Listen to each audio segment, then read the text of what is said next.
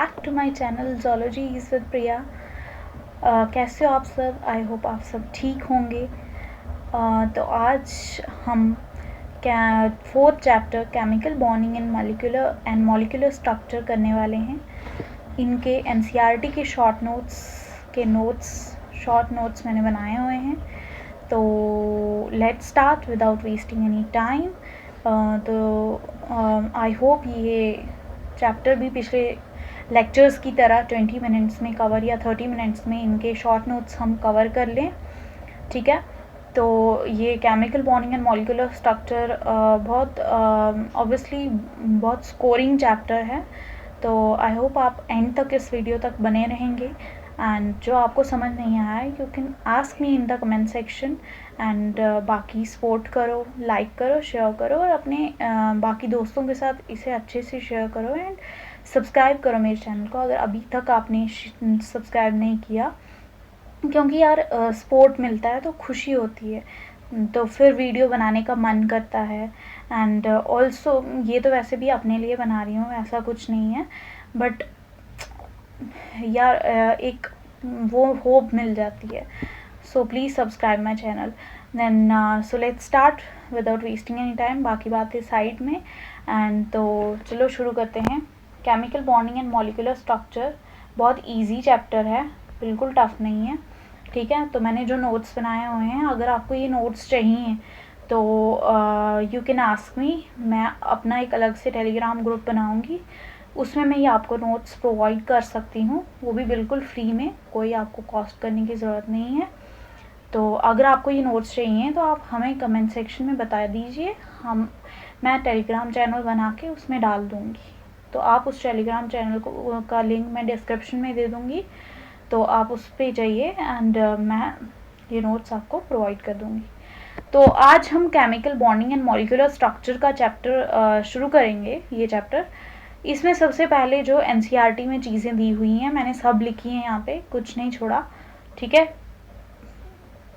तो incomplete octet के बारे में सबसे पहले वहाँ पे दिया है, अबाउट द लेविस्कोसल स्ट्रक्चर एंड ऑल। सबसे पहले आपको पता होना चाहिए ऊपर से केमिकल बॉन्डिंग के बारे में कि केमिकल बॉन्डिंग क्या है।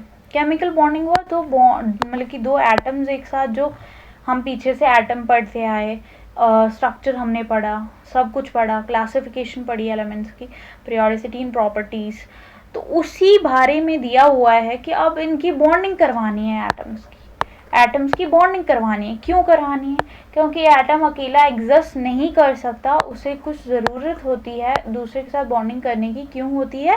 ताकि वो अपना ऑक्टेट को कंप्लीट कर सके।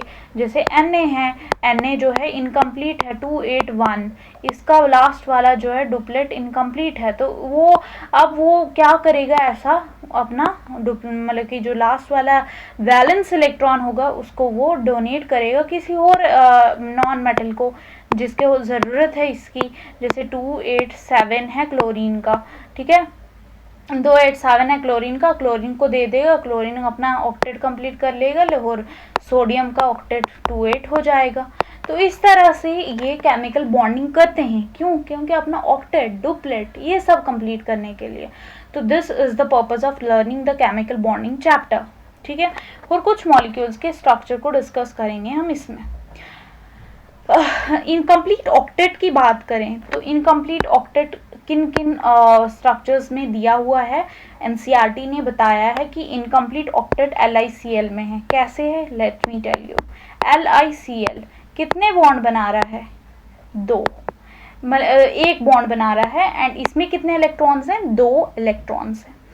तो 2 इलेक्ट्रॉन्स हैं, ऑक्टेट कंप्लीट हुआ। ऑक्टेट मीन्स 8 है, इसके वैलेंस इलेक्ट्रॉन में नहीं है, तो दैट्स वाई इनकम्प्लीट ऑक्टेट किसमें? LICL में, क्योंकि Li forms only 1 bond with the Cl means 2 electron, it doesn't complete it's octet. LICL octet means 8 electrons होने चाहिए इसके वैलेंस शेल में, जबकि ऐसा कुछ नहीं है। अगर हम H2 की बात करें, हाइड्रोजन में HH 2 इलेक्ट्रॉन, फिर से कोई ऑक्टेट नहीं है। अगर हम BCl2 की बात करें तो 4 इलेक्ट्रॉन, 1 2 3 4, तो इसमें भी ऑक्टेट नहीं कंप्लीट हुआ। AlCl3 की बात करें तो इसमें कितने इलेक्ट्रॉन होंगे? 3 Cl है ना, तो 6 इलेक्ट्रॉन, तो इसमें भी ऑक्टेट कंप्लीट नहीं है। BF3 की बात करें तो 1 2 3, इसमें भी 1 2 3 4 5 6, ये 1 2 3 4 5 6, 6 इलेक्ट्रॉन। इसमें भी ऑक्टेट का इनकम्प्लीट है। तो इस तरह से इनकम्प्लीट ऑक्टेट का एनसीईआरटी ने ये एग्जांपल्स दी हैं जो आ सकती हैं। Which are the following are incomplete octet, और एमसीक्यू आ सकता है। अगर हम ऑड इलेक्ट्रॉन की बात करें, ऑड इलेक्ट्रॉन का क्या मतलब है? मतलब कि वही फ्री रेडिकल, एक इलेक्ट्रॉन जो टॉप पे रहे एटम के, जैसे NO है, NO2, ClO2, ClO3, इन सब में ऑड इलेक्ट्रॉन प्रेजेंट होते हैं, मतलब कि सिंगल इलेक्ट्रॉन प्रेजेंट होता है। ठीक है। एक्सपेंडेड ऑक्टेट की बात करें तो एक्सपेंडेड ऑक्टेट का मतलब 8 से ज़्यादा इलेक्ट्रॉन्स हैं इनमें। एक्सपेंडेड ऑक्टेट का मतलब होता है 8 से ज़्यादा इलेक्ट्रॉन प्रेजेंट होना स्पीशीज में। अब PF5 ही ले लो, PF5 मतलब कि 5 F हैं।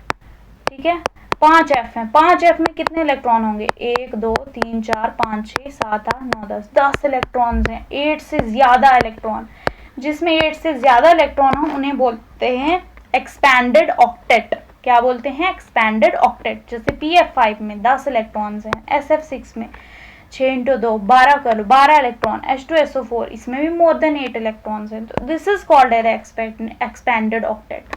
SCl2 एनसीईआरटी ने बोला है कि ये ऑक्टेट रूल को फॉलो करता है। कौन? SCl2। SCl2 कैसे करता है? एनसीईआरटी ने ये बताया कि ये एक्सप्लेन नहीं कर पाता रिलेटिव स्टेबिलिटी मॉलिक्यूल्स की। कौन? SCl2।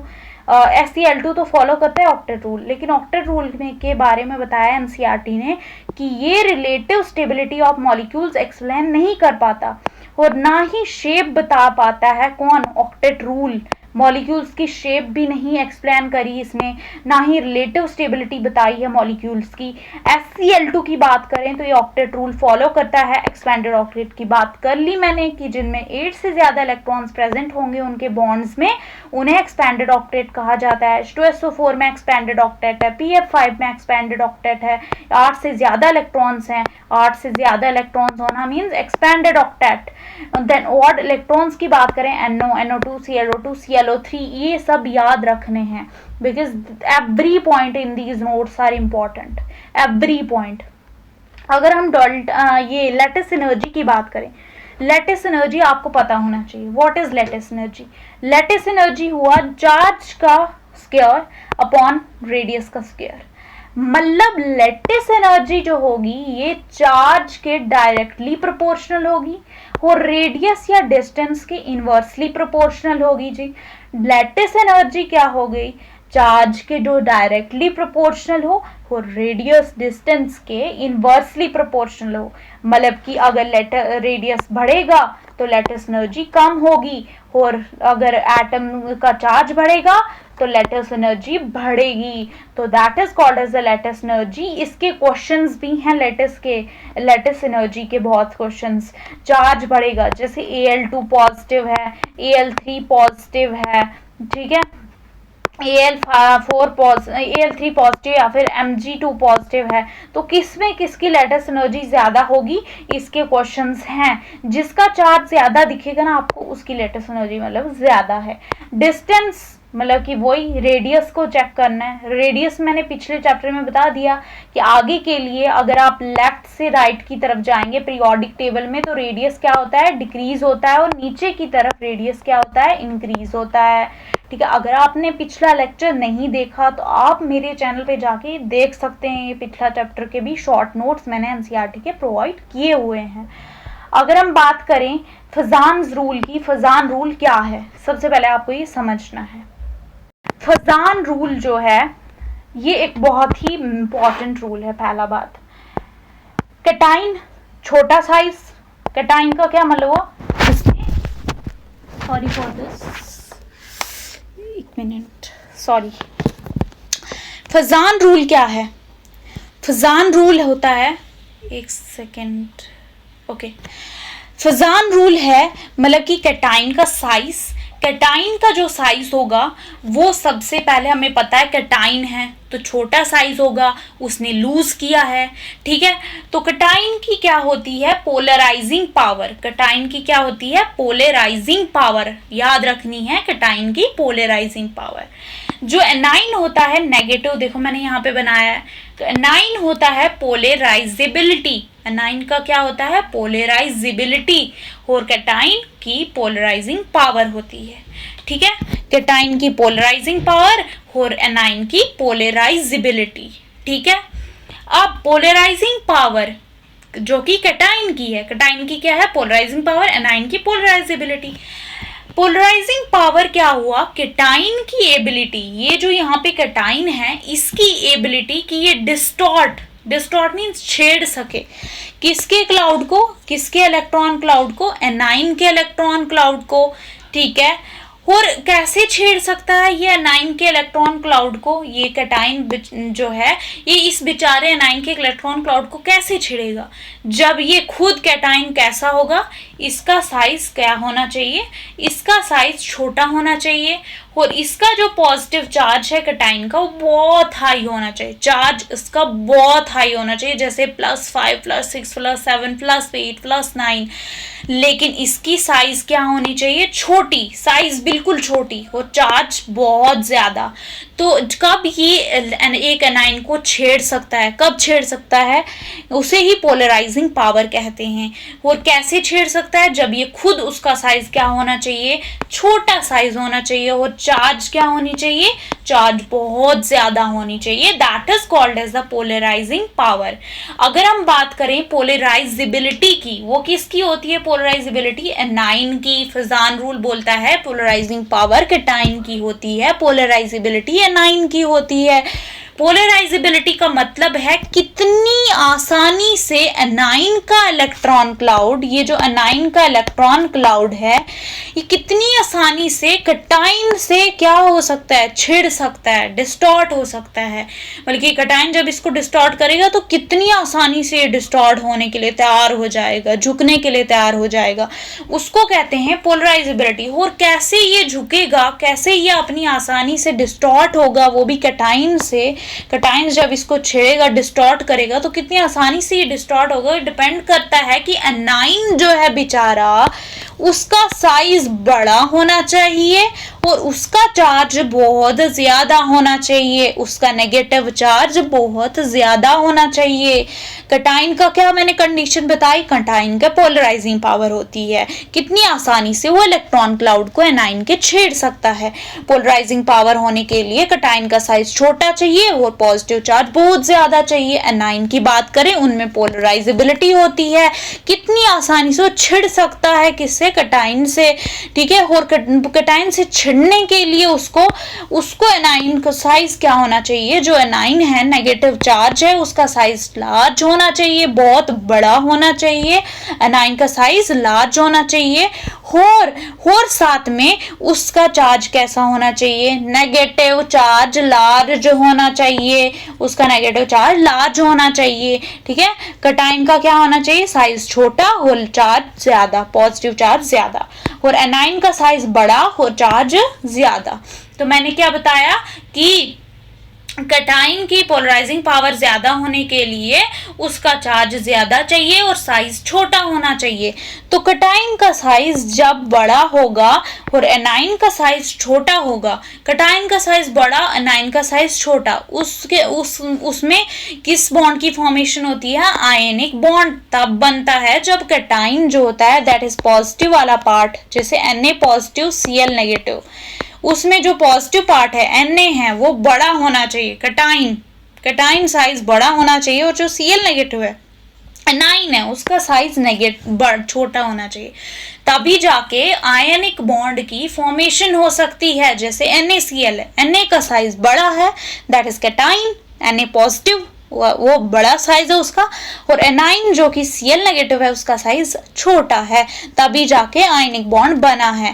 और कोवेलेंट बॉन्ड कब बनता है, कोवेलेंसी मींस कोवेलेंट बॉन्ड कब बनता है, जब कैटाइन छोटे साइज का हो और एनाइन क्या हो, बड़े साइज का हो। जैसे कोवेलेंट बॉन्ड HCl HCl है तो H जो है H पॉजिटिव पार्ट है, कैटाइन है, तो उस कैटाइन का साइज H का साइज छोटा है, मतलब कि कैटाइन इज छोटा, और Cl का साइज बड़ा है, और जो Cl है वो बड़ा, एनाइन बड़ा। तो कोवेलेंट बॉन्ड बनने के लिए कैटाइन का साइज छोटा होना चाहिए और एनाइन का साइज बड़ा होना चाहिए। आई होप आपको समझ आ गया हो कि मैंने बताया कि आयनिक बॉन्ड कैसे बनता है जब कैटाइन का साइज बड़ा होना चाहिए, एनाइन का साइज छोटा। NaCl की एग्जांपल दी मैंने, Na का साइज बड़ा है और Cl का साइज छोटा है, अगर दोनों का कंपैरिजन किया जाए। कोवेलेंट बॉन्ड कब बनता है, मैंने HCl की एग्जांपल दी, H पॉजिटिव है, कैटाइन छोटा है, Cl नेगेटिव, एनाइन बड़ा है। तो पोलराइजिंग पावर कैटाइन की होती है और पोलराइजेबिलिटी एनाइन की होती है। पोलराइजिंग पावर हुआ कितनी कैटाइन की एबिलिटी है वो कि वो डिस्टॉर्ट कर सके इलेक्ट्रॉन क्लाउड को, किसके इलेक्ट्रॉन क्लाउड को, एनाइन के इलेक्ट्रॉन क्लाउड को। और वो कब डिस्टॉर्ट कर सकता है, जब उसका खुद का साइज छोटा होगा और उसका चार्ज बहुत ज्यादा होगा। पोलराइजेबिलिटी हुई कितनी आसानी से वो इलेक्ट्रॉन क्लाउड से, कैटाइन के इलेक्ट्रॉन क्लाउड से डिस्टॉर्ट हो सकता है एनाइन। तो वो एनाइन कब डिस्टॉर्ट होगा, जब उसका साइज खुद क्या होना चाहिए, बड़ा होना चाहिए और उसका चार्ज ज्यादा होना चाहिए। ठीक है, आई होप आपको समझ आया हो। कैटाइन जो है अगर इसका पॉजिटिव चार्ज लो होगा और एनाइन का पॉजिटिव चार्ज हाई होगा, तब जाके क्या बनता है, कौन सा बॉन्ड, कोवेलेंट बॉन्ड। कैटाइन के पॉजिटिव चार्ज कम होना चाहिए, एनाइन का पॉजिटिव चार्ज ज्यादा होना चाहिए, तभी जाके कोवेलेंट बॉन्ड बनता है। अगर हम बात करें सॉल्वेशन एनर्जी की, सॉल्वेशन एनर्जी हमेशा ये ऐसी एनर्जी होती है जो रिलीज होती है। क्या होती है, रिलीज होती है जब बॉन्ड टूटते हैं। जैसे NaCl है, NaCl है, इनके बीच में बॉन्ड टूटा, क्या बना, Na पॉजिटिव Cl नेगेटिव। अब ये पानी में सॉल्युबल होने के लिए इनको क्या आपस में तोड़ना पड़ेगा। जैसे आपने एक कंटेनर लिया, उसमें पानी डाला, पानी में नमक डाला, नमक में NaCl है, NaCl को पानी के साथ घुलने के लिए पहले खुद के साथ बॉन्ड तोड़ना पड़ेगा। वो बॉन्ड तोड़ने के जब टूटेगा तो तब क्या रिलीज होगी, एनर्जी रिलीज होगी। एनर्जी रिलीज होगी तो उस एनर्जी को बोलते हैं सॉल्वेशन एनर्जी। जब आपने पानी में नमक डाला तो पानी को नमक के साथ घुलने के लिए सबसे पहले नमक को तोड़ना पड़ेगा, NaCl को तोड़ना पड़ेगा। वो उस तोड़ते समय जो एनर्जी रिलीज हुई उसे बोलते हैं solvation energy. Energy release to break the bond is called है सॉल्वेशन एनर्जी। जैसे लिथियम लिया हमने, लिथियम जो है यहाँ पे आता है ग्रुप 1 में। किसमें आता है, ग्रुप 1 में, left side of the periodic table metals में आता है लिथियम, फिर सोडियम, लीना की रूबी से फ्रेंडशिप, ऐसे है ना। तो ये लिथियम का साइज सबसे छोटा है क्योंकि नीचे के लिए साइज बढ़ता है, तो सीजियम का सबसे बड़ा होगा, लिथियम का सबसे छोटा है। लिथियम का साइज अगर छोटा है तो उसमें मोर वाटर मॉलिक्यूल्स उसको क्या करेंगे, सराउंड करेंगे। अब जो जितना छोटा होता है उसको ज्यादा टेंशन मिलती है घर पे, तो उसी तरह से जब लिथियम होगा जो, वो उसको पानी में अगर हम डालेंगे तो उसके अराउंड बहुत सारे वाटर मॉलिक्यूल्स क्या करेंगे, उसको सराउंड करेंगे। वाटर मॉलिक्यूल्स उसको सराउंड करेंगे। देखो ये लिथियम है, इसके अराउंड बहुत सारे वाटर मॉलिक्यूल्स ने इसको सराउंड किया। ये बेचारा कहीं जा पाएगा इधर उधर, बिल्कुल नहीं जा पाएगा इधर उधर। इसकी मोबिलिटी जो होगी, मूव करने की एबिलिटी, वो क्या हो जाएगी, मूव करने की एबिलिटी इसकी कम हो जाएगी। मूव करने की एबिलिटी कम हो जाएगी तो कंडक्टिविटी भी इसकी क्या हो जाएगी। जब मूव नहीं कर पाएगा, जुब जुब जुब जुब जुब जुब मूव नहीं कर पा रहा है तो करंट फ्लो करेगी, नहीं करेगी, करंट फ्लो नहीं करेगी, क्योंकि करंट तभी फ्लो करती है जब मूवमेंट होती है। मोबिलिटी ही कम हो गई तो कंडक्टिविटी भी क्या हो गई, कम होगी। तो ये वाले क्वेश्चंस आते हैं कि साइज जितना छोटा होगा उतनी मोबिलिटी क्या हो जाती है, कम हो जाती है, मूव करने की एबिलिटी कम हो जाती है, क्योंकि साइज जितना छोटा होगा उतने वाटर मॉलिक्यूल्स पानी में उस वाले एटम को क्या करेंगे, सराउंड करेंगे, जितना साइज छोटा होगा।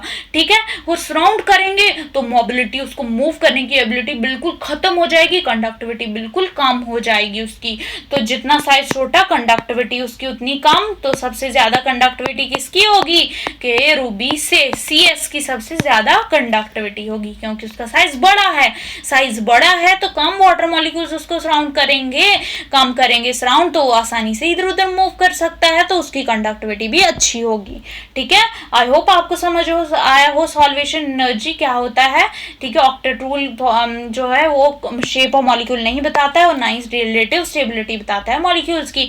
आयनिक बॉन्ड कब बनता है? आयनिक बॉन्ड बनने के लिए लैटिस एनर्जी जो होनी चाहिए बहुत ज्यादा होनी चाहिए। लैटिस एनर्जी कौन सी एनर्जी होती है? एनर्जी जो रिक्वायर होती है ब्रेक करने के लिए किसी बॉन्ड को, या फिर डायरेक्टली प्रोपोर्शनल होती है चार्ज का square upon R square. Ionisation energy उसके लिए आयनिक बॉन्ड बनने के लिए कम होनी चाहिए। आयनाइजेशन एनर्जी क्या हुआ? मतलब कि जो गैस से जब आप एक गैसियस एटम लेते हो, उस गैसियस एटम से एक इलेक्ट्रॉन को लूज किया और उस लूज करने में जो एनर्जी लगती है उसे आयनाइजेशन एनर्जी कहते हैं। अगर वो एनर्जी जितनी कम लगेगी उतना अच्छा आयनिक बॉन्ड बनेगा, और लैटिस एनर्जी ज्यादा होनी चाहिए तब अच्छा आयनिक बॉन्ड बनेगा। इलेक्ट्रॉन गेन एंथैल्पी ज्यादा होनी चाहिए तभी अच्छा आयनिक बॉन्ड बनेगा। ठीक है, तो लैटिस एनर्जी ज्यादा, इलेक्ट्रॉन गेन एंथैल्पी ज्यादा और आयनाइजेशन एनर्जी कम होनी चाहिए आयनिक बॉन्ड बनने के लिए। कुछ कंडीशंस हैं। ठीक है, फिर उसके बाद हम पढ़ेंगे दैट इज दिस, कुछ चीजें हैं फजान रूल की। सोडियम है, सोडियम की वैलेंसी क्या है? लिखिए 1s2 2s2 2p6 3s2, यही है सोडियम की वैलेंसी।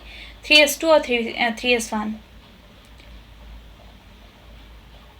3s1 सॉरी 11 है ना, तो 3s1। तो आयनिक बॉन्ड ये क्या बनाता है? आयनिक बॉन्ड सोडियम 11 है ना। कॉपर 29 है, तो आर्गन 18 3d10 4s1 होती है इसकी कॉन्फ़िगरेशन। 3d10 4s1 होता है लास्ट में। कॉपर क्या बनाता है? Covalent bond. लेकिन सोडियम क्या बनाता है? Ionic bond. क्यों? क्योंकि कॉपर के पास जो आउटर वाले इलेक्ट्रॉन है उसमें कोई भी इनर्ट गैस कॉन्फ़िगरेशन नहीं है, 3d10 4s1 है सीधा। लेकिन आप सोडियम में देखोगे तो उसमें इनर्ट गैस कॉन्फ़िगरेशन आ रही है, मतलब कि 1s2 2s2 2p6 वाला फील्ड है, इनर्ट गैस कॉन्फ़िगरेशन आ रही है। ठीक है, तो तभी इस सोडियम को आयनिक बॉन्ड की फॉर्मेशन हो रही है, क्योंकि इसमें इनर्ट गैस कॉन्फ़िगरेशन है। क्या है इनर्ट गैस कॉन्फ़िगरेशन? मतलब कि 1s2 2s2 2p6 तक इनर्ट गैस की कॉन्फ़िगरेशन है। लेकिन कॉपर में इसके वैलेंस शेल में ऐसा कुछ नहीं है, तो इसलिए जिसमें इनर्ट गैस कॉन्फ़िगरेशन नहीं होगी वो कोवलेंट बॉन्ड बनाएगा। Positive ion does not have noble gas configuration, इसलिए इसके पास नोबल गैस कॉन्फ़िगरेशन नहीं है, तो इसलिए वो कोवलेंट बॉन्ड अच्छे से बनाएगा, कोवलेंसी को फेवर करेगा। अगर हम बात करें थर्मल स्टेबिलिटी, थर्मल स्टेबिलिटी क्या होना? मतलब कि एनर्जी कम होना। नीचे के लिए जैसे जैसे हम जाते हैं तो थर्मल स्टेबिलिटी बढ़ती है, इतना याद रखना है आपने। थर्मल स्टेबिलिटी नीचे के लिए बढ़ती है तो सबसे ज्यादा थर्मली स्टेबल कौन होगा? सीजियम होगा। और सबसे कम जो होगा वो ऊपर वाला होगा ना, क्योंकि नीचे के लिए बढ़ रही है तो CS की सबसे ज्यादा होगी, लिथियम की सबसे कम हो जाएगी। इसलिए लिथियम जो है सबसे थर्मली अनस्टेबल है, सबसे थर्मली अनस्टेबल है, और सबसे ज्यादा थर्मली मोस्ट स्टेबल कौन है? सीजियम। अगर हम बात करें फॉर्मल चार्ज की, इसका मैंने रील भी डाला था, आई होप आपने देखा होगा। फॉर्मल नहीं देखा तो आप जाके देख सकते हो, उसमें मैंने अच्छे से समझाया कि कैसे फॉर्मल चार्ज का क्वेश्चन हमने करना है। ये नीट में भी इस बार आया हुआ था, ऑक्सीजन के फॉर्मल चार्ज 1 2 3 एटम पे बताना था। फॉर्मल चार्ज की बात करें तो फॉर्मल चार्ज हुआ वैलेंस इलेक्ट्रॉन कितने उस एटम में। अगर आपने जब भी फॉर्मल चार्ज निकालना है, क्या पता इस बार भी क्वेश्चन आ जाए उठ के, फॉर्मल चार्ज निकालना है तो आपने सबसे पहले क्या करना है? वैलेंस इलेक्ट्रॉन लिखने हैं वहां पे। वैलेंस इलेक्ट्रॉन जिसके फॉर्मल चार्ज बोले हैं, जैसे इस बार पूछा था क्वेश्चन ऑक्सीजन का फॉर्मल चार्ज बताओ, जैसे एटम 1 पे 2 पे 3 पे, तो ऑक्सीजन का वैलेंस इलेक्ट्रॉन कितने होते हैं? 6। माइनस कितने बॉन्ड बनाए? जैसे 2 बनाए, -2 इंटू उस पे लोन पेयर भी बने थे 2 हैं, जैसे 6 - 2 - 4 कितना हो गया? ये हो गया 0, तो फॉर्मल चार्ज कितना होगा? 0। तो इस तरह से आप फॉर्मल चार्ज निकाल सकते हो, मतलब कि वैलेंस इलेक्ट्रॉन कितने हैं और वो एटम कितने बॉन्ड बना रहा है अपने इर्द गिर्द, और -2 into number of lone pair, और उस एटम पे कितने लॉन पेयर्स प्रेजेंट हैं। इस तरह से आप फॉर्मल चार्ज आसानी से निकाल सकते हो। टोटल पेयर्स निकालने हैं आपने, कि एक बॉन्ड बनाने के लिए, कंप्लीट बॉन्ड बनाने के लिए अगर आपने टोटल पेयर्स बनाने, जैसे आपने बनाना है ClF3, इसको बनाना है अगर आपने, तो आप कैसे बनाओगे? तो आपने क्या करना है, सबसे पहले सेंट्रल एटम Cl होगा, ठीक है। तो Cl होगा तो आपने हाफ लिखना है ऐसे, और Cl में वैलेंस इलेक्ट्रॉन 7 होते हैं, प्लस F3 मतलब कि 3 F है इंटो 3 इंटो F में वैलेंस इलेक्ट्रॉन कितने होते हैं? 7, ठीक है। अब हाफ इंटो 7 प्लस 3 7 21 हो गया, तो हाफ इंटो कितना आया? 28, तो 2 14 28, 14 आए पेयर्स। कितने पेयर्स आए? 14 पेयर्स आए। 14। अब बनाना क्या हमने? ClF3, तो Cl 1 2 3, 3 F बनाए हमने। अब इन F पे कितने वो होते हैं लॉन पेयर? 3। एक F में कितने लॉन पेयर होते हैं? 3। इधर भी 3 बनाओ, ठीक है। बनाए सबके 3 लॉन पेयर, 3 3 6 7 8 9, 9 लॉन पेयर हो गए, 9 पेयर बन गए, 10 11 12। बॉन्ड के कितने हो गए? 12, क्योंकि एक बॉन्ड में 2 इलेक्ट्रॉन है, तो 12 हो गए। हमें कितने चाहिए थे? हमें चाहिए थे 14, 13 14, तो उसमें कितने लॉन पेयर आ जाएंगे? 2 लॉन पेयर। तो इस तरह से आप टोटल पेयर्स की वजह से एक बॉन्ड की फॉर्मेशन कर सकते हो। आपको मैं अलग से चीज बताती हूँ फिर से, ठीक है। Let me tell you this again कि कैसे बॉन्ड बनाना है, क्योंकि इसमें कंफ्यूजन नहीं रहनी चाहिए, सब चीजें क्लियर होनी चाहिए। जैसे ClF3 है, तो ClF3 में मैंने क्या फॉर्मूला बताया? अब आपको अगर टोटल पेयर्स ढूंढने, टोटल पेयर्स का फॉर्मूला होगा हाफ इंटो Cl जो है सेंट्रल एटम है, इसमें कितने वैलेंस इलेक्ट्रॉन होते हैं? क्लोरीन में हेलोजन है, 7 होते हैं वैलेंस इलेक्ट्रॉन, प्लस कितने इसके साथ F जुड़े हैं इस सेंट्रल एटम के साथ? 3 है, इंटो वैलेंस इलेक्ट्रॉन फ्लोरीन के कितने होते हैं? 7, ठीक है। हो गया हाफ इंटो 7 प्लस 7 3 कितना हो गया? 21, तो ये कितना बन गया? हाफ इंटो 21 प्लस 7 कितना हो गया? 28, 2 14 28 आ गया, 2 14 28। मतलब कि टोटल पेयर्स हमारे पास कितने आए? 14 पेयर्स। कितने आए? 14 पेयर्स आए। कितने पेयर्स आए हमारे पास? Total pairs 14 pairs. ये याद रखना है, कितने पेयर्स आए हमारे पास? टोटल आए 14 पेयर्स, याद रखें। अब ClF3 हमने बनाना है, ClF3, ठीक है। F कितना है? 3। एक एक बॉन्ड देके हमने 3 F बना देने, क्योंकि हमें पता है हेलोजन सिंगल बॉन्ड बनाता है, तो 3 बॉन्ड हमने बना दिए। अब आपको मैंने याद रखने के लिए बोला था कि फ्लोरीन में लॉन पेयर कितने होते हैं? 3 होते हैं। कितने होते हैं फ्लोरीन में लॉन पेयर, या फिर हेलोजन फैमिली में? 3 लॉन पेयर होते हैं, ठीक है। गिनो जरा अब इन लॉन पेयर को, 1 2 3, 3 लॉन पेयर हो गए, 4 5 6 7 8 9 लॉन पेयर हो गए इन तीनों फ्लोरीन्स में, टोटल 9 लॉन पेयर हो गए। अब बॉन्ड में 2 इलेक्ट्रॉन होते हैं एक बॉन्ड में, तो 10 पेयर, फिर ये हो गए 11 पेयर इस दूसरे वाले क्लोरीन का, ये हो गए 12 पेयर, ठीक है। 10 11 12, कितने हो गए? 12 पेयर। हमें कितने चाहिए? 14 पेयर्स। तो कितने अभी बचे? 2, तो 1 2, तो 2 क्या बन जाएंगे इसके? Lone pair. इस तरह से आप स्ट्रक्चर बना सकते हो। और ये नीट में भी इस बार क्वेश्चन पूछा था कि कितने लॉन पेयर्स हैं इसके, ठीक है। ये क्वेश्चन आया हुआ है उसमें, ClF3 में कितने लॉन पेयर्स हैं, तो ये 2 लॉन पेयर आ गए, ठीक है। इस तरह से आप बाकी क्वेश्चंस भी कर सकते हो। अगर आपको फिर भी समझ नहीं आया, आप मुझे बता दीजिए, मैं इसकी फिर से समझा लूंगी। तो बॉन्ड स्ट्रेंथ की बात करें, बॉन्ड स्ट्रेंथ क्या होती है? मतलब कि बॉन्ड स्ट्रेंथ जो होती है, कितनी बॉन्ड की स्ट्रेंथ है, ठीक है, कितनी बॉन्ड की स्ट्रेंथ है, that is called as the bond strength. कितनी एनर्जी है, तो बॉन्ड स्ट्रेंथ डायरेक्टली प्रोपोर्शनल होती है बॉन्ड एनर्जी के, बॉन्ड ऑर्डर के, लेकिन इनवर्सली प्रोपोर्शनल होती है बॉन्ड लेंथ के। कैसे है वो अगले मैंने बता देना है, वेट करो थोड़ा, ठीक है। अगर मैं बात करूं इसकी थर्मल स्टेबिलिटी की, नीचे के लिए मैंने बताया थर्मल स्टेबिलिटी इंक्रीज होती है, तो सबसे ज्यादा स्टेबल कौन होगा? सीजियम, क्योंकि नीचे के लिए इंक्रीज हो रही है तो सीजियम सबसे ज्यादा स्टेबल होगा। और सबसे ज्यादा अनस्टेबल ऊपर वाला, क्योंकि नीचे के लिए इंक्रीज हो रही है तो सीजियम का सबसे ज्यादा होगा। फॉर्मल चार्ज का फॉर्मूला बता दिया, टोटल पेयर्स कुछ मैंने समझा दिए कैसे निकालने आपने। अब हम पढ़ते हैं इधर एवरेज बॉन्ड ऑर्डर कैसे निकलता है। तो एवरेज बॉन्ड ऑर्डर आपको कहीं कहीं क्वेश्चन दे दिया जैसे, तो उसमें बोला हमें बॉन्ड ऑर्डर ढूंढ के दो, जैसे ClF3 दे दिया आपको, उसमें बोला बॉन्ड ऑर्डर ढूंढ के दो, या फिर SO2 दे दिया, उसमें बोला बॉन्ड ऑर्डर ढूंढ के दे दो। तो 1 plus number of pi bond जितने होंगे उस मॉलिक्यूल में upon number of position of spreading, कितनी पोजीशन तक वो फैल रहा है, कैसे आप इस क्वेश्चन को करोगे। जैसे SO2 है, SO2 में कितने पाई बॉन्ड हैं, या फिर H2SO4 है, H2SO4 का स्ट्रक्चर ड्रॉ करोगे तो उसमें 2 पाई बॉन्ड हैं, कितने हैं, 2 पाई बॉन्ड हैं। उसमें ऑक्सीजन का आप जैसे बॉन्ड ऑर्डर ढूंढना चाहते हो तो 1 plus 2 pi bonds upon oxygen जो है कितनी जगह तक फैला हुआ है। जैसे कोई ऑक्सीजन, अब आई मीन जो मॉलिक्यूल तुम्हें दिया होगा ना, उसमें तुम्हें क्या करना है, पहले पाई बॉन्ड ढूंढने हैं और कितनी पोजीशन तक वो फैला हुआ है, मतलब कि 1 2 3 कितने उसके साथ जुड़े हुए हैं, कितने उसके साथ बॉन्ड हैं, तो that is called as the number of position of spreading. उसी तरह से कभी कभी एवरेज चार्ज ढूंढने के लिए बोल देते हैं, तो जितना चार्ज का मैग्नीट्यूड है ना, जैसे +2 है ऊपर से, तो वो मैग्नीट्यूड ऊपर से लिख देना upon number of position of spreading, मतलब कि कितने बॉन्ड्स उसने बनाए हुए हैं होरों के साथ। ठीक है, ये होता है एवरेज बॉन्ड ऑर्डर और एवरेज चार्ज का भी। अगर आपको इसके क्वेश्चंस चाहिए तो आप मुझे बता दो, मैं उसकी वीडियो डाल दूंगी। अगर आपको ये क्या बोलते हैं, लॉन पेयर बॉन्ड पेयर और बॉन्ड पेयर के बीच में डिफरेंशिएट करने के लिए बोलें कि इनके बताओ कि इसकी सबसे ज्यादा स्ट्रेंथ है, तो लॉन पेयर सबसे ज्यादा स्ट्रेंथ होती है, फिर लॉन पेयर बॉन्ड पेयर सबसे ज्यादा, फिर बॉन्ड पेयर सबसे स्ट्रॉन्ग होता है उससे ज्यादा।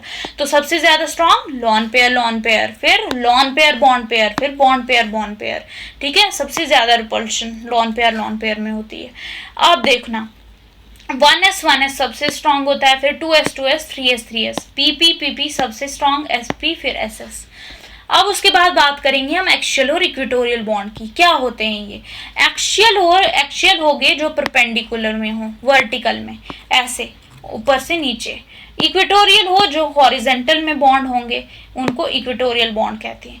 और इक्वेटोरियल के बीच इतने दूर होते हैं ये बेचारे, इनके बीच इतनी कम रिपल्शन होती है लॉन पेयर की कि यहाँ पे लॉन पेयर्स को रखा जाता है, क्योंकि वहाँ पे ये सबसे ज़्यादा स्टेबल होते हैं इक्वेटोरियल पोजीशन पे। इक्वेटोरियल पोजीशन ये वाली पोजीशन है, देखो यहाँ पे, और एक्सियल पोजीशन ऊपर नीचे, एक्सियल के बीच में एंगल देख रहे हो आप, स्ट्रेट है तो 180 डिग्री। इक्वेटोरियल के बीच का एंगल कितना होता है, 120 डिग्री। इक्वेटोरियल के बीच का एंगल 120 डिग्री, एक्सियल के बीच का एंगल 180 डिग्री। एक्सियल और इक्वेटोरियल के बीच का एंगल होता है 90 डिग्री। कितना होता है, 90 डिग्री। इक्वेटोरियल के बीच 120 डिग्री, एक्सियल के बीच 180 डिग्री। अगर हम बात करें सीरियल नंबर होता है ये, ठीक है। अगर सीरियल नंबर 2 हुआ, इसका क्या मतलब होता है, एक S का और एक P का होगा। और SP में जैसे आप BCl2 ले लो तो B इस साइड से Cl1, इस साइड से दूसरा Cl, तो बॉन्ड एंगल कितना हो गया, बिल्कुल स्ट्रेट है तो 180 डिग्री। ठीक है, तो SP में, तो इसमें SP शो हो रही है हाइब्रिडाइजेशन, तो SP हाइब्रिडाइजेशन में सीरियल नंबर 2 है, 2 सीरियल नंबर, एक S का मतलब कि और एक P का, तभी 2 है, एक S का और एक P का होगा, तो 180 डिग्री इसका बॉन्ड एंगल होगा SP में। SP2 की बात करें, एक S का 2 P के, कितने होगा सीरियल नंबर 3, एक S का और 2 P के, तो 3 सीरियल नंबर हो गया। इस sp2 में कितना बॉन्ड एंगल होता है, 120 डिग्री। कितना होता है, 120 डिग्री। अगर हम बात करें 4 सीरियल नंबर, मतलब कि एक S का होगा और 3 P के होंगे, ठीक है, तो 109 डिग्री 28 मिनट इसका बॉन्ड एंगल होता है, जो आप बचपन से ड्रॉ करते आ रहे हो 9th से। CH4 का स्ट्रक्चर 109 डिग्री 28 मिनट होता है इसका बॉन्ड एंगल। अगर हम बात करें 5 सीरियल नंबर, तो एक S का होगा, 3 P के होंगे और एक D का होगा, sp3D बन गया। 5 सीरियल नंबर sp3D, तो इसमें 90 डिग्री के एंगल होंगे, 120 के 3 होंगे, 180 का 1 होगा। ये पूछा जाता है क्वेश्चन। अगर हम बात करें 6 सीरियल नंबर, मतलब कि एक S का, 3 P के और D के 2, ठीक है, 90 डिग्री के 12 एंगल होते हैं, 180 के 3 एंगल होते हैं sp3d2 में। sp3d3 की बात करें तो इसमें 7 सीरियल नंबर होता है, 90 डिग्री के 10 होते हैं इसमें, 90 डिग्री के इसमें 10 एंगल होते हैं, 180 का 1 होता है, 144 का भी होता है sp3d3 में 5 होते हैं, 144 के एंगल, 72 डिग्री के 5 एंगल पाए जाते हैं। तो आपको 90 डिग्री के मेजरली याद रखने होते हैं, ठीक है। 90 डिग्री के sp3d में जिसमें 5 सीरियल नंबर है, 5 क्यों है, एक s का है क्योंकि p के 3 और d का 1, तो कितने हो गए 5। तो 90 डिग्री के 6 होते हैं sp3d2 में, 90 डिग्री के 12 एंगल, sp3d3 में 90 डिग्री के 10, तो 6 12 10 इस तरह से आपको याद रखना है, ठीक है। तो मैंने बताया कि हमेशा बॉन्ड किस पोजीशन पे रखा जाता है एक्सियल की, इक्वेटोरियल पे। क्यों, क्योंकि वहां पे सबसे कम रिपल्शन होती है। जहां कम रिपल्शन होगी, जितनी कम लड़ाई करोगे उतना स्टेबल होगे ना। अगर हम बात करें सीरियल नंबर कैसे ढूंढने हैं, तो सीरियल नंबर कैसे ढूंढने में अलग से प्रोजेक्ट खोल देती हूँ, तो आप इसमें देखो कैसे अब सीरियल नंबर ढूंढने हैं। सीरियल नंबर जैसे मैंने 2 बताया, तो सीरियल नंबर 2 बताया। जैसे अब मैं आपको एक स्ट्रक्चर दूंगी BeCl2 ड्रॉ करने के लिए, इसमें आपने हाइब्रिडाइजेशन ढूंढनी है। कैसे ढूंढोगे इसकी हाइब्रिडाइजेशन, आपने क्या करना है, पहले हाफ करना है, हाफ करने के बाद B के वैलेंस इलेक्ट्रॉन बताओ, B का एटॉमिक नंबर क्या है, hydrogen, helium, lithium, beryllium, 4 atomic number है इसका। तो इसका कॉन्फ़िगरेशन लिखो 2 होगी, तो 2 वैलेंस इलेक्ट्रॉन है इसमें, तो 2 लिखे दो। अब इसके साथ कितने एटम जुड़े हुए हैं, B के साथ, बेरिलियम के साथ 2 Cl जुड़े हैं, तो 2 इधर लिख लिया। कोई कटाइन या नाइन है, बिल्कुल नहीं है, छोड़ो, ठीक है। जितने क्लोरीन जुड़े हैं उतने प्लस में लिख लिए हमने, B का वैलेंस इलेक्ट्रॉन लिख लिए। तो valence electron plus surrounded atom, valence electron plus surrounded atom, यही करना है आपको सीरियल नंबर या हाइब्रिडाइजेशन ढूंढने के लिए। सीरियल नंबर को ही क्या बोलते हैं, हाइब्रिडाइजेशन, क्योंकि सीरियल नंबर ही हाइब्रिडाइजेशन को ढूंढने में मदद करता है। तो हाफ इंटू वैलेंस इलेक्ट्रॉन कितने हैं उस सेंट्रल एटम में, प्लस कितना उसके साथ एटम सराउंडेड हैं, जैसे BeCl2 है, B के साथ कितने Cl सराउंडेड हैं, 2 हैं, तो +2 कर देना आपने। वैलेंस इलेक्ट्रॉन जितने हैं सेंट्रल एटम में, B में कितने हैं, 2 हैं। कॉन्फ़िगरेशन लिखनी है, फिर लिखना है। तो half into valence electron central atom के प्लस कितने सराउंडेड एटम हैं, जैसे BeCl2 के साथ, B के साथ 2 Cl सराउंडेड है, ठीक है। तो हाफ इंटू कितना आया इधर 4, कट करो 2 आ गया, 2 सीरियल नंबर आया। इसका क्या मतलब, एक S का और एक P का, ठीक है, एक S का और एक P का, ठीक है, इसका ये मतलब होता है। तो इस तरह से आपको हाइब्रिडाइजेशन ढूंढनी है। आई होप आपको अच्छे से समझ आया हो। Valence electron plus peripheral atom, plus peripheral atom means कितने सराउंडेड हैं। एनाइन हुआ, अगर जैसे कभी कभी दे देते हैं BCl नेगेटिव दे दिया, ठीक है, उसमें 9 है तो कितना नेगेटिव है, एक नेगेटिव है, +1 कर देना है, ठीक है। अगर नेगेटिव चार्ज हुआ तो प्लस करना है, और अगर +2 हुआ जैसे तो -2 कर देना है। क्या बोल रही हूँ मैं, मतलब कि जैसे BeCl2 पॉजिटिव भी दे देते हैं तो इस पे +1 है, एक लूज किया है तो माइनस इधर 1 कर देना है कैटाइन की जगह, ठीक है। तो प्लस एनाइनिक माइनस कैटाइनिक। अब अगर आपको इसके नोट्स चाहिए तो आप मुझे कमेंट सेक्शन में बता दो, मैं टेलीग्राम चैनल पे डाल दूंगी, आप मेरा टेलीग्राम ग्रुप ज्वाइन कर देना, जैसे ही मैं डिस्क्रिप्शन में लिंक डालूंगी। वैसे लिंक तो एक्टिवेट होता नहीं है, मैं आपको किसी वीडियो में ही बता दूंगी कि ये मेरे टेलीग्राम का चैनल का नाम है, तो आप उसको ज्वाइन कर दीजिएगा। अगर हम बात करें बॉन्ड लेंथ की, बॉन्ड लेंथ किसकी ज़्यादा होती है, C सिंगल बॉन्ड C की, कि C डबल बॉन्ड C की, कि C ट्रिपल बॉन्ड C की। मैं आपको तीनों चीज़ें इस बोर्ड पे समझाती हूँ, ठीक है, ताकि आपको कोई दिक्कत ना आए, ठीक है। हम पहले इसको एम्प्टी करेंगे, ठीक है। अब देखो जैसे C सिंगल बॉन्ड C है, C डबल बॉन्ड C है, C ट्रिपल बॉन्ड C है। आप मुझे पहले बताओ, 3 लकड़ियों को तोड़ने में दिक्कत आएगी कि सिंगल लकड़ी को तोड़ने में? 3 लकड़ियों को तोड़ने में एक साथ दिक्कत आएगी, मीन्स ज़्यादा एनर्जी हमें 3 लकड़ियों को तोड़ने में लग रही है, ठीक है। तो C ट्रिपल बॉन्ड C की सबसे ज़्यादा बॉन्ड एनर्जी होती है, फिर C डबल बॉन्ड C की एनर्जी ज़्यादा होती है, और फिर C सिंगल बॉन्ड C की। तो बॉन्ड एनर्जी क्लियर, ठीक है। अब बात करते हैं बॉन्ड लेंथ की। जिसकी एनर्जी ज्यादा होगी उसकी बॉन्ड लेंथ क्या होगी, कम होगी। मैंने ऊपर समझाया, ऊपर मैंने एक पॉइंट लिखा है कि bond energy is inversely proportional to bond length. और इसका उल्टा कर दो तो सी सिंगल बॉन्ड की सी की सबसे ज्यादा बॉन्ड लेंथ, फिर सी डबल बॉन्ड सी की, फिर सी ट्रिपल बॉन्ड सी की। आया समझ आपको? अब बॉन्ड एनर्जी, 3 लकड़ियों को तोड़ने में ज्यादा एनर्जी लग रही है हमें, तो सी ट्रिपल बॉन्ड सी की सबसे ज्यादा bond energy. Bond energy inversely proportional होती है बॉन्ड लेंथ के, तो सी सिंगल बॉन्ड सी, इसका उल्टा करो तो सी सिंगल बॉन्ड सी की सबसे ज्यादा बॉन्ड लेंथ होगी। आई होप आपको समझ आया हो। ठीक है, अब हम जाते हैं नेक्स्ट पे, यहीं पे रिवाइज करते हैं।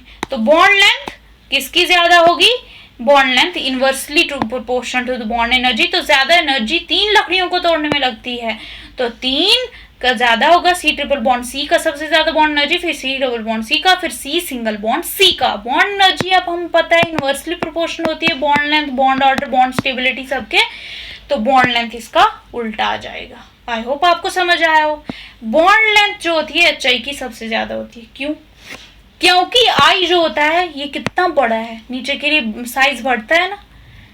F fluorine, chlorine, bromine, iodine, iodine का साइज सबसे बड़ा है, तो साइज आयोडीन का इतना बड़ा है और हाइड्रोजन का इतना, तो इनके बीच में कितना ज्यादा लेंथ होगा, ज्यादा होगा ना, क्योंकि इसका साइज इतना बड़ा है, तो लेंथ इनके बीच, 2 बॉन्ड्स के बीच बहुत ज्यादा होगी।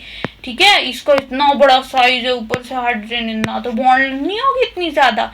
अगर हम बात करें एच की, तो दोनों का साइज ऑलमोस्ट इक्वल है, तो बॉन्ड की लेंथ कितनी छोटी होगी, तो एच आई की सबसे ज्यादा बॉन्ड लेंथ होती है, फिर एच बी आर की, फिर एच सी एल, फिर एच एफ की।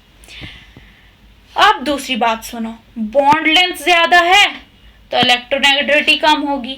क्यों होगी? इलेक्ट्रोनेगेटिविटी का क्या मतलब बताया था पिछले लेक्चर में, कि कितना शेयर्ड पेयर ऑफ इलेक्ट्रॉन, कितने शेयर्ड पेयर ऑफ इलेक्ट्रॉन एक दूसरे को अट्रैक्ट करते हैं, तभी एक दूसरे को अट्रैक्ट कर पाएंगे ना, जब एक दूसरे के नजदीक नजदीक होंगे। नजदीक नजदीक होंगे तो बॉन्ड लेंथ क्या होगी, बॉन्ड लेंथ क्या होगी, कम होगी। जब इलेक्ट्रोनेगेटिविटी ज्यादा होगी, मतलब कि इनके बीच क्या बोलते हैं, इलेक्ट्रोनेगेटिविटी, शेयरिंग का पावर सबसे ज्यादा होगी। तो बॉन्ड लेंथ सबसे अगर ज्यादा हुई तो इलेक्ट्रोनेगेटिविटी कम हो जाएगी, क्योंकि जो पॉजिटिव है इनका शेयरिंग का, एक दूसरे को अट्रैक्ट करने का, वो अट्रैक्ट करने का कम हो जाएगा। बॉन्ड एक दूसरे के अगर ये अगर दूर दूर हुए तो एक दूसरे को अट्रैक्ट करने की पावर क्या हो जाएगी, क्षमता कम हो जाएगी, तो इलेक्ट्रोनेगेटिविटी कम। इलेक्ट्रोनेगेटिविटी को आप इस तरह से समझ सकते हो कि एक दूसरे के साथ चिपकने की पावर, जितना ज्यादा चिपकेंगे उतनी ज्यादा इलेक्ट्रोनेगेटिविटी, जितना ज्यादा एक दूसरे के चिपके हुए रहेंगे तो बॉन्ड लेंथ तो कम होगी ना, तो इलेक्ट्रोनेगेटिविटी अगर ज्यादा तो बॉन्ड लेंथ कम। इलेक्ट्रोनेगेटिविटी मीन्स चिपकना, जितने चिपकेंगे साथ में उतना बॉन्ड लेंथ क्या हो जाएगी, कम, पास आ जाएंगे ना, बॉन्ड लेंथ कम। लेकिन जितने दूर दूर रहेंगे तो बॉन्ड लेंथ ज्यादा और एक दूसरे से चिपकना कम। आई समझ? तो bond length is inversely proportional to electronegativity. एक कहानी की तरह समझोगे ना तो समझ आ जाएगा। ठीक है, तो मैंने तो ये सब समझा लिया। देखो यहाँ पे मैंने बताया bond energy is inversely proportional होती है बॉन्ड लेंथ की। 3 लकड़ियों को तोड़ने में ज्यादा एनर्जी लग रही है तो बॉन्ड लेंथ उसके इनवर्सली प्रोपोर्शनल।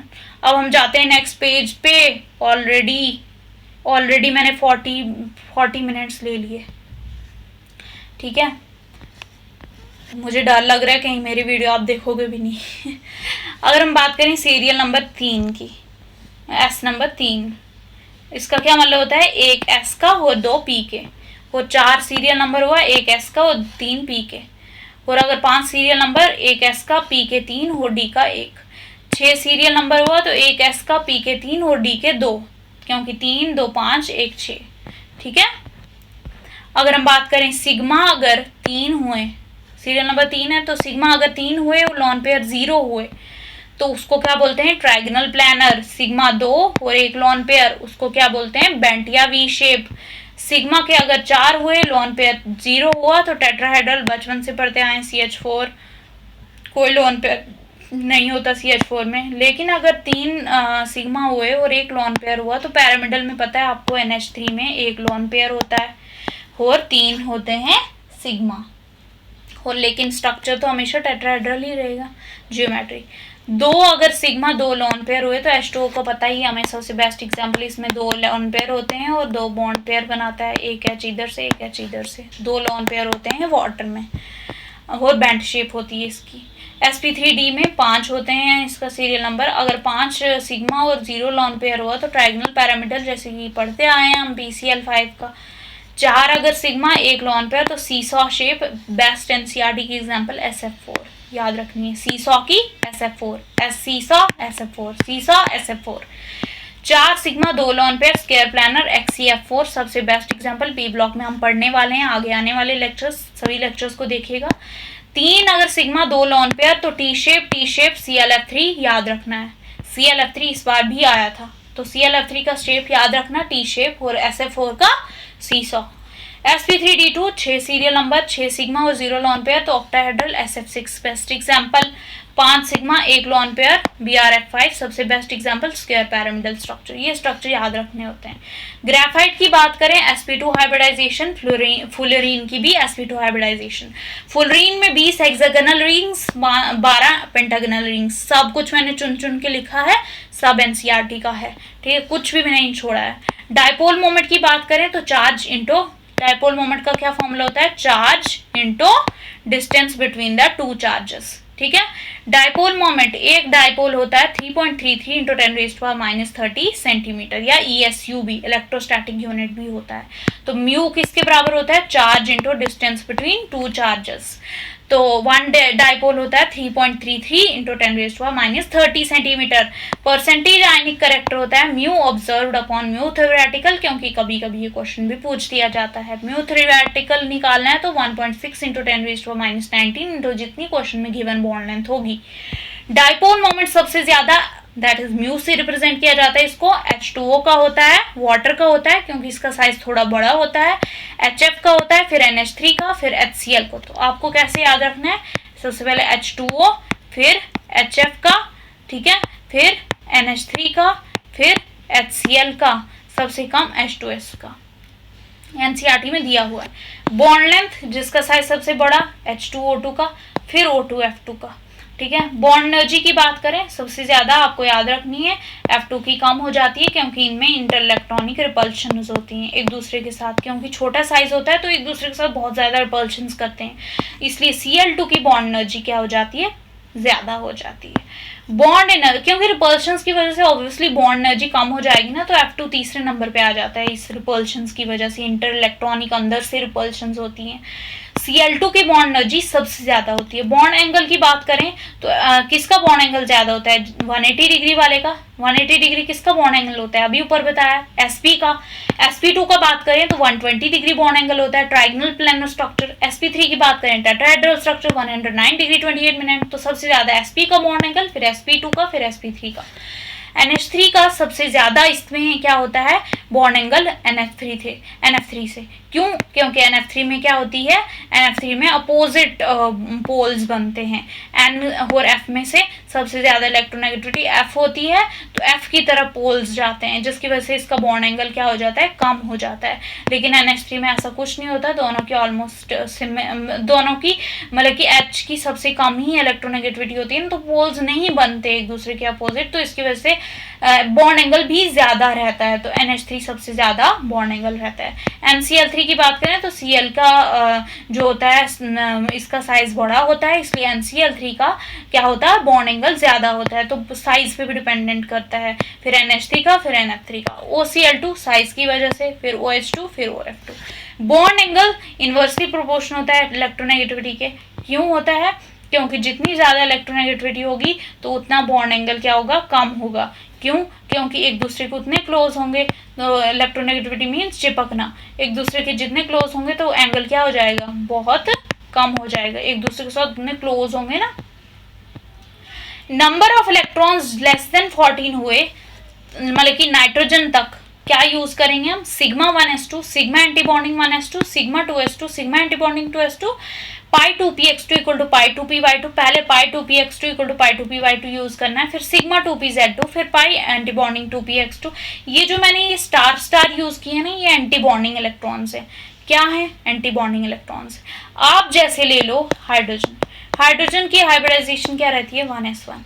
इधर बना दो हाइड्रोजन का एक, इधर हाइड्रोजन का एक बना दो, इधर एक हाइड्रोजन का एंटी बॉन्डिंग वाला, इधर एक हाइड्रोजन का बॉन्डिंग वाला। हाइड्रोजन में एक इलेक्ट्रॉन होता है, इस साइड भी दूसरा, ये पहला हाइड्रोजन, ये दूसरा हाइड्रोजन, एक इलेक्ट्रॉन इस हाइड्रोजन में, एक इलेक्ट्रॉन इस हाइड्रोजन। कितने हो गए टोटल, 2, ये आगे 2। इसका बॉन्ड ऑर्डर क्या होता है कि बॉन्डिंग वाला ये नीचे वाला होता है, और जो स्टार वाला होता है ये ऊपर वाला होता है।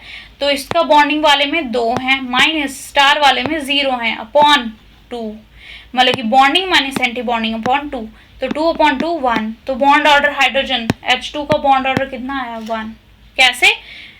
कैसे बोला मैंने कि ये हमें पता है हाइड्रोजन है एक, हमें H2 बनाना है, ये दूसरा हाइड्रोजन है, ठीक है। इसका पहले नीचे होता है बॉन्डिंग वाला, ये एनसीईआरटी में डायग्राम्स बनी है, और ऊपर होता है एंटी बॉन्डिंग वाला। एंटी बॉन्डिंग को स्टार से रिप्रेजेंट किया जाता है, ये बॉन्डिंग लिख लो, ये ए बी हो गया एंटी बॉन्डिंग। हाइड्रोजन की हाइब्रिडाइजेशन लिखो 1s1 है, मतलब कि एक इलेक्ट्रॉन एक हाइड्रोजन में इस साइड लिया, एक इलेक्ट्रॉन दूसरे हाइड्रोजन में, एक और एक कितने हो गए, 2, भरो इधर, 1 2 हो गए। अब हमें पता है कि बॉन्ड ऑर्डर का क्या फॉर्मूला होता है, bonding minus anti bonding upon 2। Bonding में कितने आ गए, 2, माइनस एंटी बॉन्डिंग में कुछ भी नहीं है, तो 0/2। बॉन्ड ऑर्डर कितना आया H2 का, 1। ऐसे निकालते हैं बॉन्ड ऑर्डर जो एनसीईआरटी में दिया है, एनसीईआरटी में बिल्कुल ऐसे दिया है, ठीक है, ऐसे निकालते हैं बॉन्ड ऑर्डर। आई होप आपको समझ आया हो कुछ ना कुछ। आप बुक से देखिए एक बार, फिर मुझे बताइए, नहीं समझ आया तो मैं दोबारा समझा लूँगी। तो इस तरह से करना है। Number of electrons less than अगर 14 हुए, मतलब कि नाइट्रोजन से नीचे जितने भी हैं, नाइट्रोजन से नीचे जैसे कि बोरॉन, कार्बन, ठीक है, लिथियम 2, Li2 जैसे, Be2, ये सब, इन सब में ये वाला यूज़ करना है। और फिर आपने क्या ढूंढना है इसमें कि ये पेयर्ड हैं, अनपेयर्ड हैं, पैरामैग्नेटिक पूछते हैं, डायमैग्नेटिक पूछते हैं। अगर एक भी इधर 1 1 होगा ना तो पैरामैग्नेटिक होगा, अगर पूरे फील्ड हैं 2 2 हैं बराबर तो फिर डायमैग्नेटिक होगा, ठीक है। पैरामैग्नेटिक हुआ अनपेयर्ड, डायमैग्नेटिक हुआ पेयर्ड, ठीक है। नंबर ऑफ इलेक्ट्रॉन्स अगर ग्रेटर देन 14 हुए, जैसे ऑक्सीजन का पूछा है हमें पैरामैग्नेटिक बिहेवियर, फ्लोरीन का बॉन्ड ऑर्डर पूछा है, तो उस केस में क्या करना है, ये फॉर्मूला यूज करना है, sigma 1s2, sigma antibonding 1s2, sigma 2s2, sigma antibonding 2s2, sigma 2pz2, pi 2px2 equal to pi 2py2। तो पहले इसमें सिग्मा 2pz2 आएगा, ऊपर वाले में पहले पाई 2px2 आया था, इसमें सिग्मा 2pz2 जिसमें ग्रेटर देन 14 इलेक्ट्रॉन है, मतलब कि ऑक्सीजन और फ्लोरीन का बॉन्ड ऑर्डर पूछा है, या फिर पैरामैग्नेटिक बिहेवियर, या फिर जो कुछ भी। तो इसमें ये फॉर्मूला यूज करना है जिसमें सिग्मा 2pz2 पहले होगा, फिर पाई 2px2 होगा, फिर पाई स्टार 2px2 होगा, ठीक है। बॉन्ड ऑर्डर की बात करें तो number of bonding molecular orbital minus number of anti bonding molecular orbital upon 2। ऊपर अभी मैंने बताया इसको बॉन्ड ऑर्डर का, जैसे H2 का मैंने करके दिखाया, उस तरह से आप बाकियों का भी निकाल सकते हो। अगर हम CO की बात करें ना, CO का बॉन्ड ऑर्डर 3 होता है, ये याद रखना। कार्बन मोनोऑक्साइड का बॉन्ड ऑर्डर 3 होता है। बॉन्ड लेंथ जो होती है इनवर्सली प्रोपोर्शनल होती है बॉन्ड ऑर्डर के और स्टेबिलिटी के, मतलब कि बॉन्ड ऑर्डर डायरेक्टली प्रोपोर्शनल होता है स्टेबिलिटी के। तो बॉन्ड लेंथ तो मैंने ऊपर भी बताया कि इनवर्सली प्रोपोर्शनल होगा बॉन्ड ऑर्डर के, बॉन्ड एनर्जी के, बॉन्ड स्टेबिलिटी के। तो बॉन्ड लेंथ हमेशा इनवर्सली है इन सब के, bond order, bond stability, bond energy, bond strength. Bond order, bond stability, bond energy, bond strength, ये सब एक दूसरे के डायरेक्टली प्रोपोर्शनल, लेकिन इनवर्सली प्रोपोर्शनल है बॉन्ड लेंथ के, मतलब कि जितना ज्यादा बॉन्ड ऑर्डर होगा उतनी बॉन्ड लेंथ कम होगी उसकी, ठीक है। बॉन्ड ऑर्डर का क्या मतलब होता है, यह आपको पता है चीज, बॉन्ड ऑर्डर का क्या मतलब होता है। हाइड्रोजन हाइड्रोजन एक दूसरे के साथ कौन सा बॉन्ड बनाते हैं, सिंगल बॉन्ड बनाते हैं ना, यही होता है बॉन्ड ऑर्डर, यही होता है बॉन्ड ऑर्डर। हाइड्रोजन हाइड्रोजन एक दूसरे के साथ सिंगल बॉन्ड बनाते हैं, बॉन्ड ऑर्डर 1 हो गया H2 का। अब मुझे बताओ नाइट्रोजन नाइट्रोजन एक दूसरे के साथ कौन सा बॉन्ड बनाते हैं? ट्रिपल बॉन्ड बनाते हैं। तो bond order of nitrogen is 3। Carbon carbon एक दूसरे के साथ कौन सा बॉन्ड बनाते हैं? सिंगल बॉन्ड बनाते हैं। तो 1 हो गया बॉन्ड ऑर्डर इसका। ऑक्सीजन ऑक्सीजन एक दूसरे के साथ डबल बॉन्ड बनाते हैं, बॉन्ड ऑर्डर ऑक्सीजन का 2 हो गया। और ये पैरामैग्नेटिक होता है O2। O2 क्या होता है? पैरामैग्नेटिक। नाइट्रोजन डायामैग्नेटिक, लिख के रखो साइड पे कहीं पे। ऑक्सीजन पैरामैग्नेटिक, O के बीच डबल बॉन्ड, बॉन्ड ऑर्डर कितना होगा? 2। बॉन्ड ऑर्डर होता है कितने बॉन्ड्स बनाना। ऑक्सीजन ऑक्सीजन एक दूसरे के साथ डबल बॉन्ड बनाते हैं, तो उसका बॉन्ड ऑर्डर 2 हो गया। बॉन्ड ऑर्डर 2 हो गया। ऑक्सीजन पैरामैग्नेटिक होता है, और ये हमें पता चला था इसी मॉलिक्यूलर ऑर्बिटल थ्योरी से। हम मॉलिक्यूलर ऑर्बिटल थ्योरी पढ़ रहे हैं, ठीक है।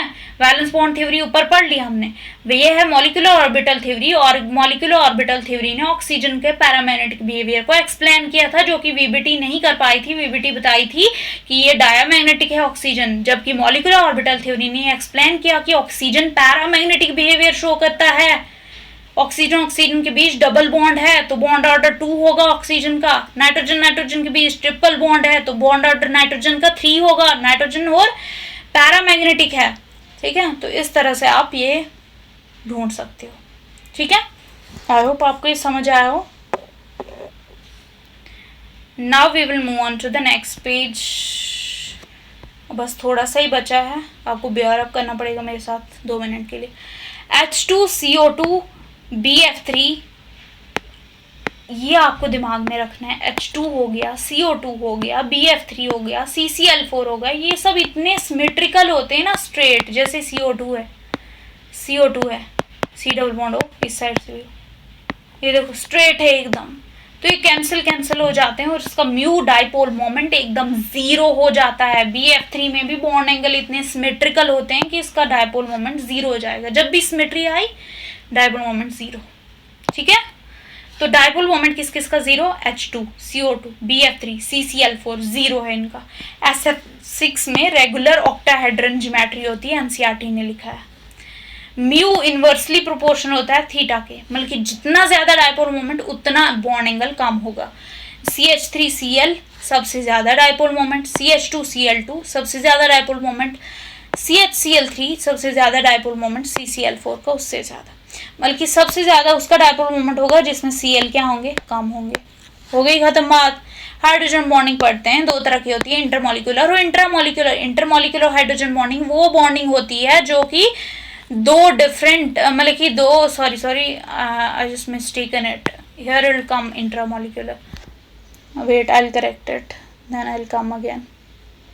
सी, ये हमारे पास intermolecular hydrogen bond, intramolecular hydrogen bonding, मतलब कि सेम मॉलिक्यूल के अंदर हाइड्रोजन बॉन्डिंग हो जाना, जैसे OH NO2 ऑर्थोनाइट्रोफिनॉल में।